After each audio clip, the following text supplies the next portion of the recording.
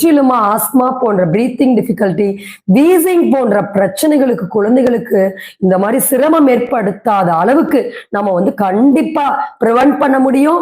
கண்டிப்பா இந்த சளியை நம்ம கியூர் பண்ணவும் முடியும். ஏன்னா திடீர்னு மூச்சு வாங்கும் போது அந்த அம்மா வந்து எவ்வளோ பயந்து போயிடுறாங்க. அதுவும் கை குழந்தைங்க எல்லாம் சளினால மூக்கு ஃபுல்லா அடைச்சுக்கும். ஸோ அதுங்க பிரீத்தே பண்ண முடியாது. உள்ள நிறைய மெடிகேஷன்ஸும் அவ்வளோ எர்லி ஸ்டேஜஸ்ல கொடுக்க முடியாது. ஸோ அதனால ஒரு பெரிய காம்ப்ளிகேட்டான விஷயம். ஸோ அப்ப கை குழந்தைங்க பொறுத்த வரைக்கும் நம்ம எந்த மருந்தும் டக்குன்னு கொடுக்க முடியாது. அது நாட்டு மருந்தா இருந்தா கூட. அப்ப பால் கொடுக்கக்கூடிய அந்த தாய் தான் பத்தியம் இருக்கணும். அதை இருக்கிறது இல்ல. எல்லாம் சாப்பிடுறது. கன்செப்ஷன் அப்பயும் சாப்பிடுறது. பிரெக்னன்சி அப்ப எனக்கு ஆசைப்பட்டதை வாங்கித்தாங்கன்னு நல்லா நான்வெஜ் சாப்பிடுறது, நல்ல ஸ்வீட்ஸ் இதெல்லாம் சாப்பிட்டு வச்சிருவாங்க. ஸோ அதோடைய தாக்கம் என்ன ஆகும்? ஏன்னா என்ன சாப்பிடுறோமோ அதுல